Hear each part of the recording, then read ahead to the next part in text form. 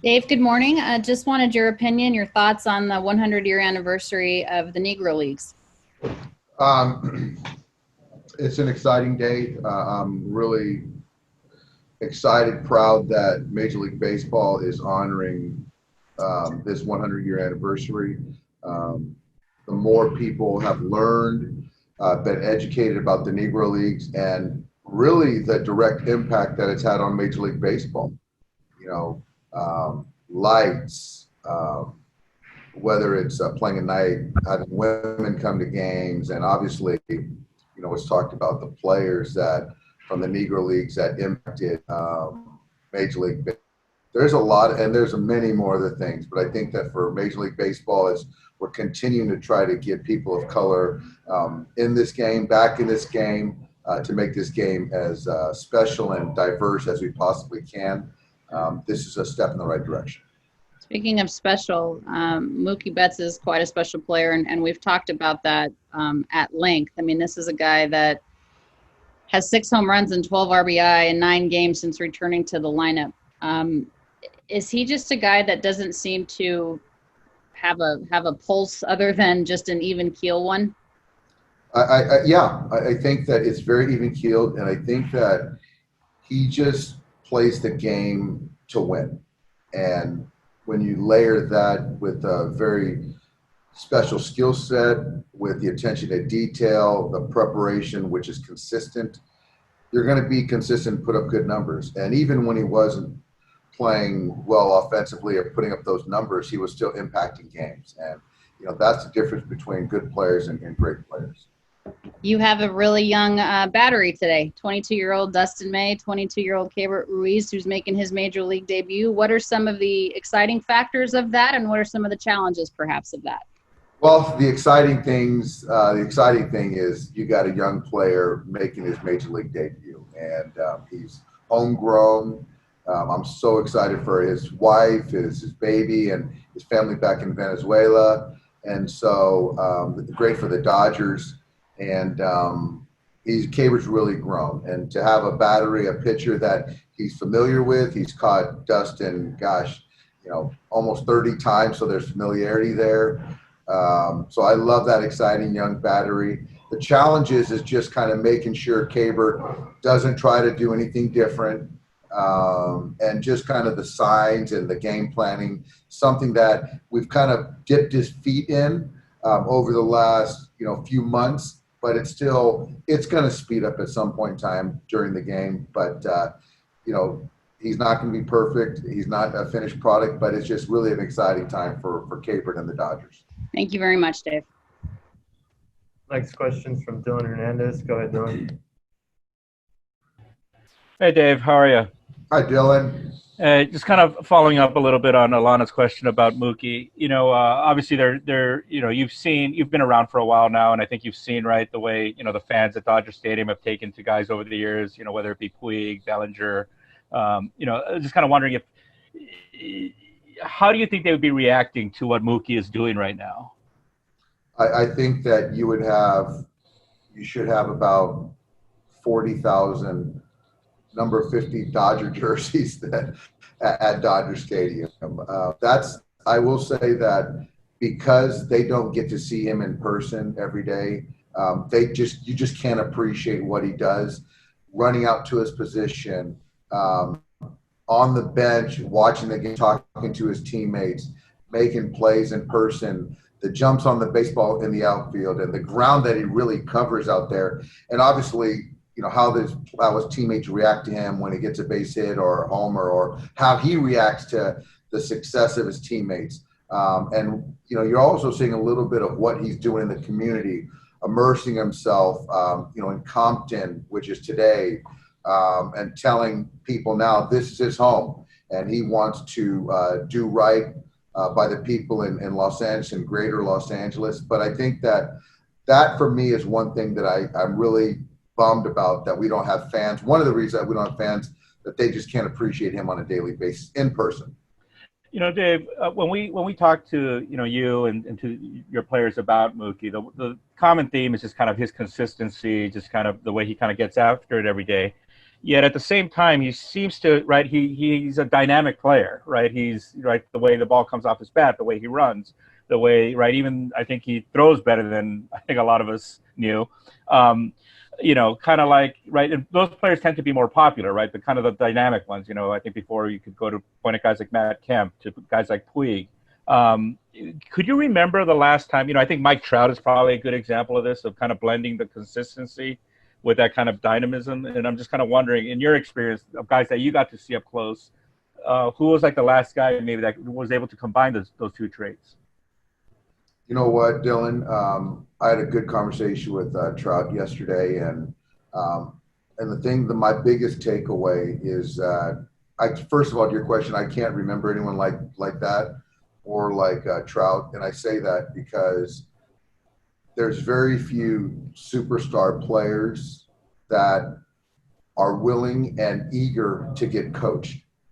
You know, when you're a certain talent and performed at a certain level, there's always that kind of natural innateness of, I've figured it out. I don't want to tell me anyone I don't need to be coached. And really, those two players have said it many times over, if they're not being coached, then something's wrong. And that's really, for me as a coach myself, that's really encouraging to see two of the best players in the game that are verbalizing that they need to be coached. And that's really a really good thing.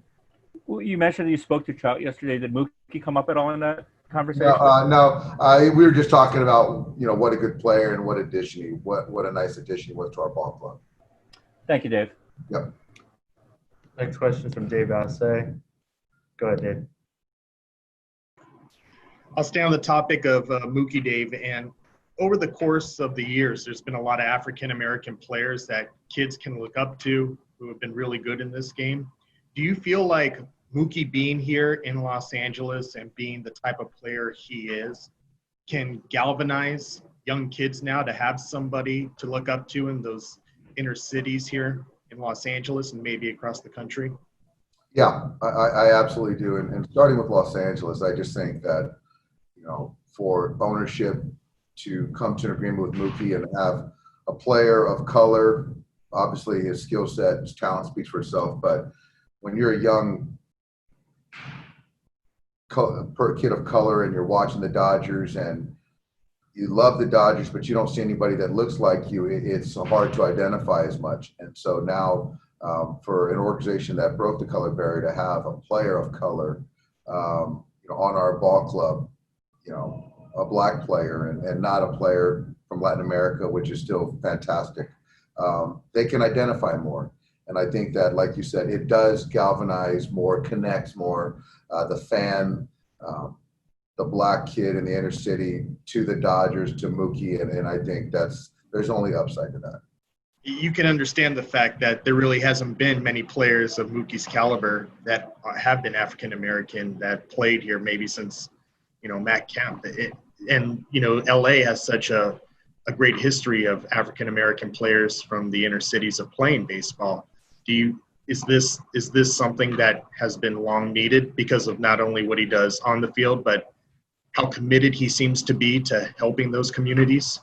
Absolutely. It's been long needed. And it's great that we as the Dodgers are being proactive. Major League Baseball is being proactive. And, you know, hopefully at the youth level, and we're starting to get more players that are interested and that excel in baseball, so we can continue to feed that pool of big league ball players with people of color. Thank you. Yeah. Next question is from Ken Gurnick. Go ahead, Ken. Dave, did Alex Wood throw yesterday? You know what, Kenny? I don't know that right now. I'll find that out and I'll get it out to you. Okay. And I'll give you the report on it. Sorry about that. All right. Thank you. Yep. Next question is from Jorge Castillo. Go ahead. Dave, this is the second year in a row you guys have had a catcher making his big league debut. Understanding these guys are from different places, different experiences, you know, languages are different, their first languages are different. Did you guys learn anything last year that you might implement this year in terms of the transition for Keibert? The idea, catchers have a lot of responsibility, and being young in the major leagues is already a pretty big deal. I wouldn't say we implemented anything different. I think it went back to a couple Septembers ago where we brought Will up to kind of see the game planning situation. We've done the same thing in recent times with Keibert. But I think the one thing that I like is that we don't worry about the inexperience or the age. And if we feel that they can perform at this level, they've earned it, we have no problem running them out there. And when you just surround them with people that support them, you have a really good chance of success. You mentioned earlier he's not a finished product. He's only 22. When you say he's not a finished product, where can he sort of improve, or where is it that his potential still is not fulfilled? Yeah, I think as far as on the defensive side, number one, which he hasn't had that opportunity much, is to learn our pitchers and understanding how to attack hitters and game planning, which you only learn by getting reps. I think defensively, just continuing to be consistent with the throwing, the blocking, at the bat. There are some things mechanically right-handed I think he needs to continue to clean up. Left-handed, he's gotten a lot better as far as his path to the baseball. There's always been a high contact on both sides, but again, Keibert has always performed better than his age, much better than his age at the level he's at. So we got to keep playing him and keep developing him. And one last one. Was he basically catching games every day at USC? What was that like for him? Yep. He was catching games every day, catching pens. He's been, fantastic. Thank you. Next question's from JP. Go ahead, JP. Hey, Dave. We've got Dustin May going for the 5th time. He's going to be your first starter, making 5 starts this year. You're basically turning the rotation over. And I'm wondering at this point, given how far out from summer camp we are, if we're basically seeing guys as stretched out as you want them to be, and if we're going to be seeing you use the bullpen the way that we can expect to see it being used going forward here to the end of the season. Well, I'll tell you this. I think that the industry is still in a place where you're in the first month of the season, where most of the injuries, and you're seeing it across baseball, it's happening. So I do believe that we've done a very good job of building our starters up, but you still want to be mindful, and I think we've done a very good job of also giving them an extra day's rest to kind of guard against potential injury. So I still think that, I know for us, we're going to still manage them responsibly, in our opinion, to not kind of redline them, to continue to use the bullpen with matchups and keep those guys fresh as well. But I think the number one part, though, is you've got them all built up to the 6-90 threshold, which is a good floor. Gotcha. And does the fact that you just are going to have a couple extra arms down there in that bullpen make you a little bit more aggressive than you would be in a 162-game season? That's just how it's going to be from here on out. Yeah, absolutely. And I think that you're even seeing with our guys in the pen, the exercise we're trying to do is get guys to go up and down. And that's something that with relievers, that is a box you got to check. And when you can do that and do it successfully, you've got more versatility. And so with all of our guys, I think we've done it with most of our guys. And so for them to have that ability, it has been huge. Cool. Thanks, Dave.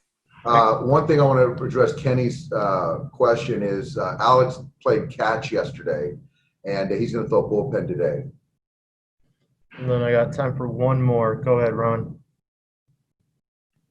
Hey, Dave, you guys pretty clearly identified something in Jake McGee's four-seamer, and the fact that he can rely almost kind of entirely on that pitch. What is it about his four-seamer that has stood out to you and that is obviously doing a lot of good work right now?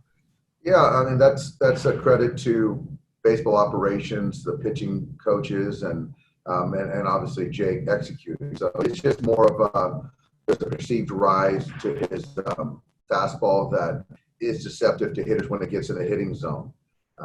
So for him to be able to work both sides of the plate, throw a low dart, but then get it up at the belt for swing and miss. And he's pitched in big spots his entire career. So he's a huge acquisition for us.